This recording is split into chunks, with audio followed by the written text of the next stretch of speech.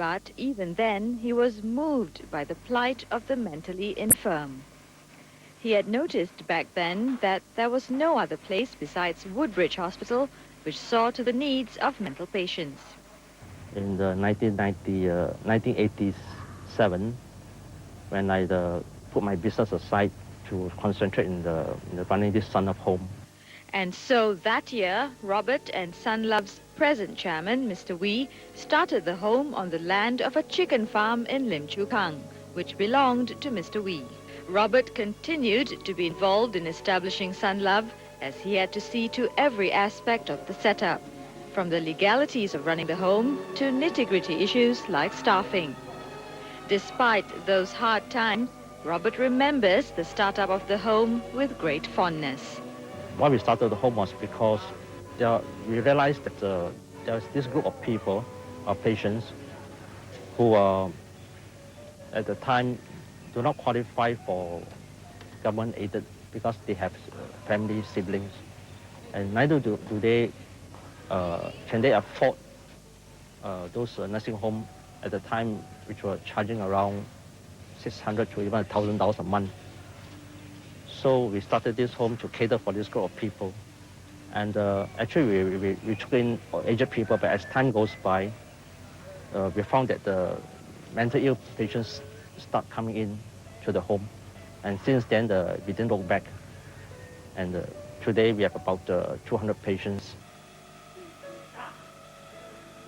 Most of Sun Love's 200 patients come from Woodbridge Hospital. Many are referred to the home by social workers and medical practitioners who try to help the families of patients find an alternative to hospital care. This is because keeping a patient in a hospital can be quite a financial burden. So the social worker will go and interview the relatives and find their economic situation and recommend the patient to us how much they can pay. And our charitable home, which is the only psychiatric charitable home, accept them.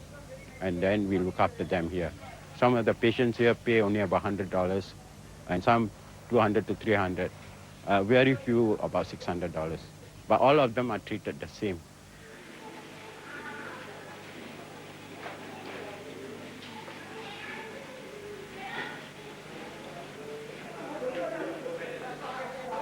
Caring for all 200 patients is a heavy responsibility. And staff at Sun Love admit that although they are able to cope with the physical task of caring for the patients, it's the volunteers who fill in the social and emotional gaps. Although Robert no longer oversees the home as a full-time staff member, he never fails to come back on a regular basis to offer his support and care. Because to this former director of Sun Love, the home is just that, a home to him. A place filled with people he has come to care for over the years. And the patients, despite their condition, recognize and appreciate his time, effort, and the small gifts he brings to brighten their day. All the patients know him. One person that he had helped a lot is Margaret. Margaret, when she came in here about 10 over years ago, she was a psychiatric patient and then was rejected by the family. She had some behavioral problem with her family. It could be due to her upbringing. So when she was one of the first few residents of the home. Did you brought any patients out for appointment? No. Huh? No. No. Today, I stand by her. Why stand by duty here? Yeah, stand by and help out here. How's the patients here? Any problems? So far, the patient is okay. They just went for their review this afternoon. Or you didn't follow them? No. The whole complaint then? Looking at Margaret now, it's hard to believe that she was once a very hot-tempered girl, one who, in Robert's words, liked to throw tantrums. It was difficult for Robert to reach out to her as a patient. But after treatment and a lot of care and concern, Robert found a way to deal with her condition. He decided that the way out was to treat her not as a patient, but as one of the staff members. So he gave her a uniform and asked her to volunteer, helping around the home. At first, Margaret started off with routine tasks, the chores and duties of the staff members. But then she discovered that she got along well with the patients, all because she was once one of them, and so could identify with them. 你干嘛要抱抱泡脚骨的这个不干嘛？我给你打好。放没了没了没。就打工，就打两个。 Almost after 1 year later, I told her, why don't you come in as a full-time staff? And she accepted the offer, and her mother and the family was very grateful for that. Hey, Hey, Lever. how are you?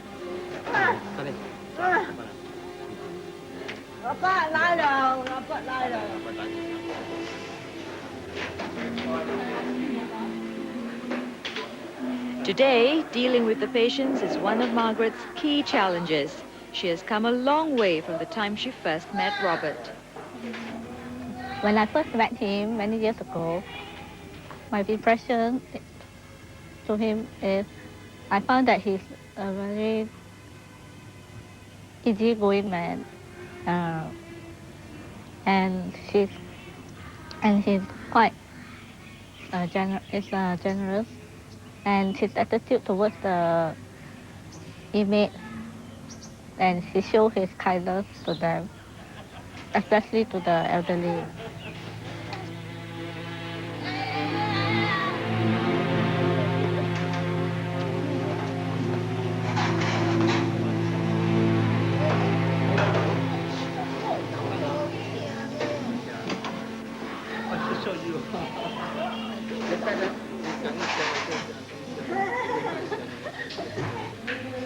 Margaret tries to follow in the footsteps in terms of being just as patient with those she deals with.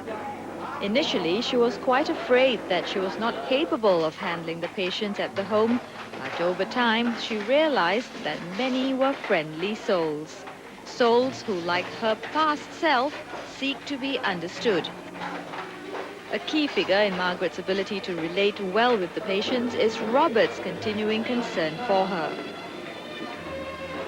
It is still to him that she turns to share problems she faces with her patients, if they are unwell or if they need to be hospitalized.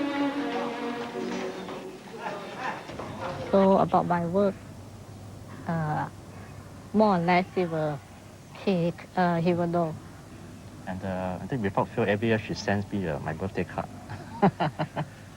She remembers my birthday. So I adopt her as my goddaughter.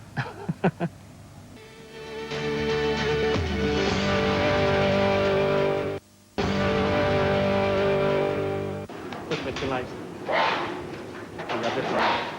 I take that.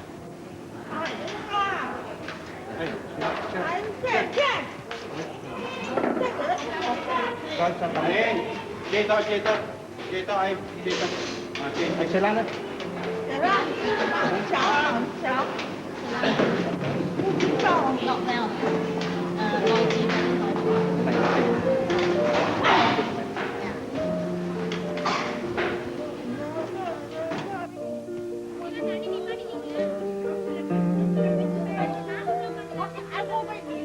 One would think that Robert has had medical training from the way he interacts with the patients at Sunlove.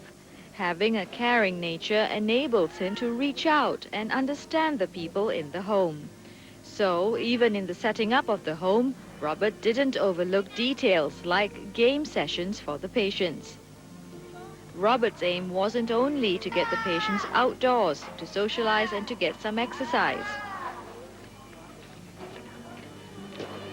But because he realized that most of the patients who are schizophrenic also suffered various types of hallucinations, visual, oral and tactile, exposing them to a wide variety of experiences alongside proper medication would help them come to terms with what's happening around them.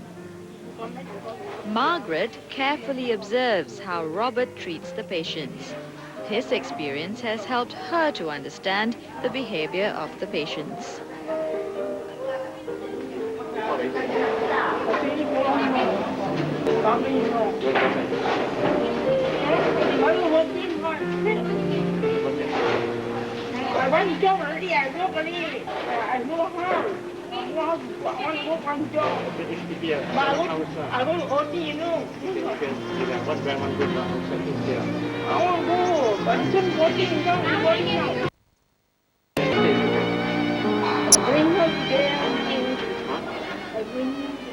Actually, these things the patient really feel. They feel like spiders crawling over their hands, or they hear voices, and they see things, which is actually not there. But to them, it's real, so they react to it. You see, and schizophrenia is a psychotic illness that is passed by genes, genetic factor from parents to children. See, so not necessarily that all the children will get it. Sometimes they don't get it. Sometimes even if they're able to get it, they may have a queer behavior and not very serious. And some others may do very well in their vocation. The less fortunate among them break down because of their inability to come to terms with themselves. Robert feels that the only way to help them with their deep depression is to talk to them, to continue to show that he cares. By doing this, Robert hopes to bring back some degree of hope into their lives, to create a will within them to go on.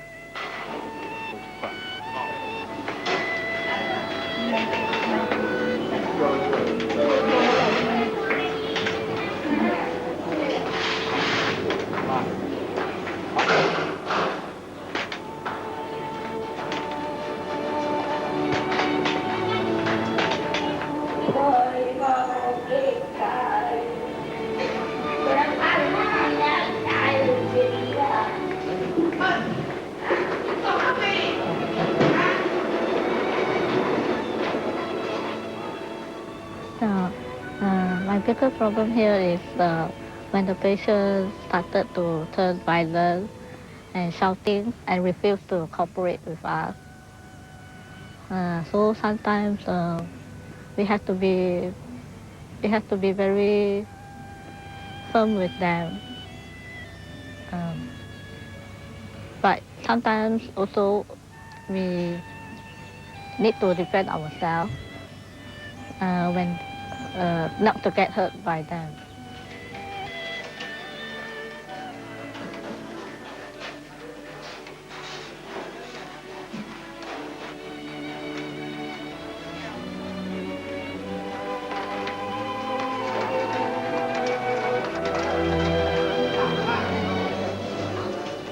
Not only has Margaret learned patience from her daily dealings with those at the home, she has also surpassed Robert's expectations by being a very responsible member of the staff.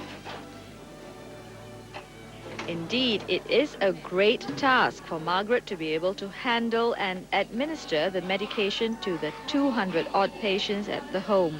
But it's a task that she readily welcomes.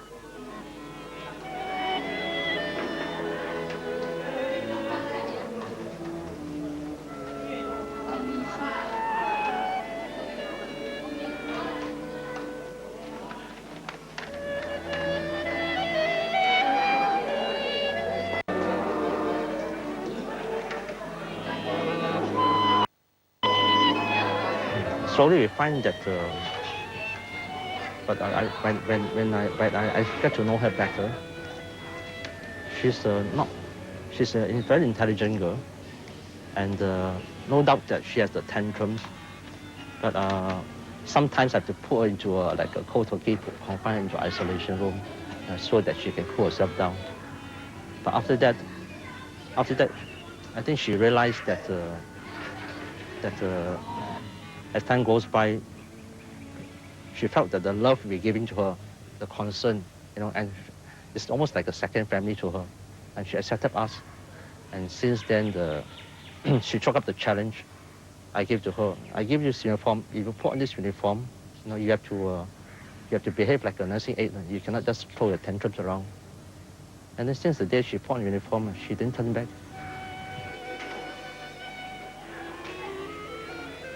And because someone cared enough to see her worth as an individual, Margaret is who she is today.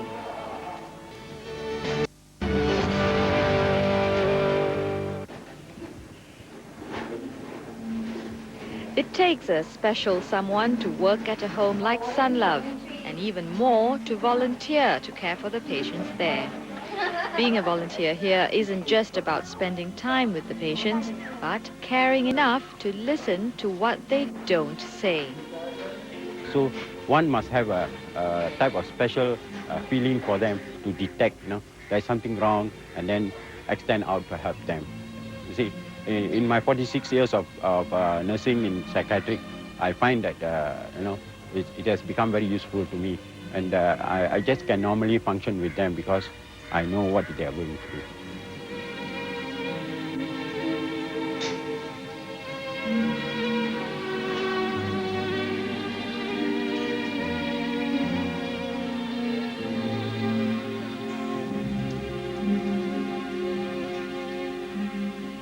Sunlove does more than just take care of its patients. It also tries to teach them basic survival skills. Skills they will need should they leave the confines of the home one day.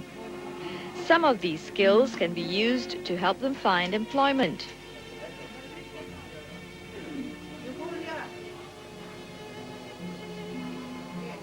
I think today, up to today, besides Woodbridge Hospital, Sunlove Home is one of those few homes catering only for mental ill patients.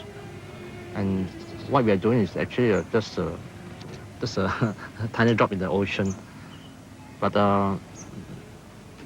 also hope that to see that the patients can be rehabilitated to go back to society. At least that the vacancy can be given to those on the waiting list. Maybe more can be done towards the area. Kind of maybe workshop to really employ them, sheltered workshop to employ them to get gainful employment. But it is a long wait for many for the day they will leave the home. Many do not even return to their own homes during festive seasons to celebrate the occasion with their families.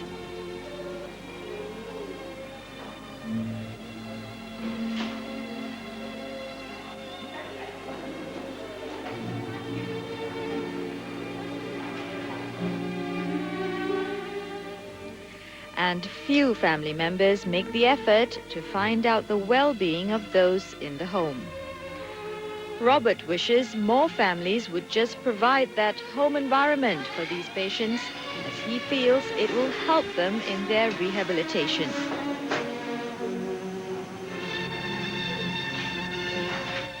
Hope that they can get a better job for rehabilitation. Until then, Robert is doing his best to provide for the home. This has meant running charity events to help raise funds to maintain Sunlove. Another person of interest is the year 2000 beauty queen of Singapore, who now has taken a step to help us to raise funds for our new building. Very soon we have to go to a new building, and so we are now finding means and ways of raising funds for the new building.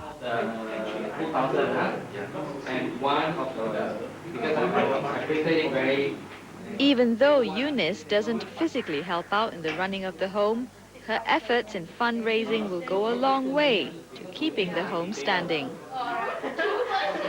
Actually, I can get from Michael, right?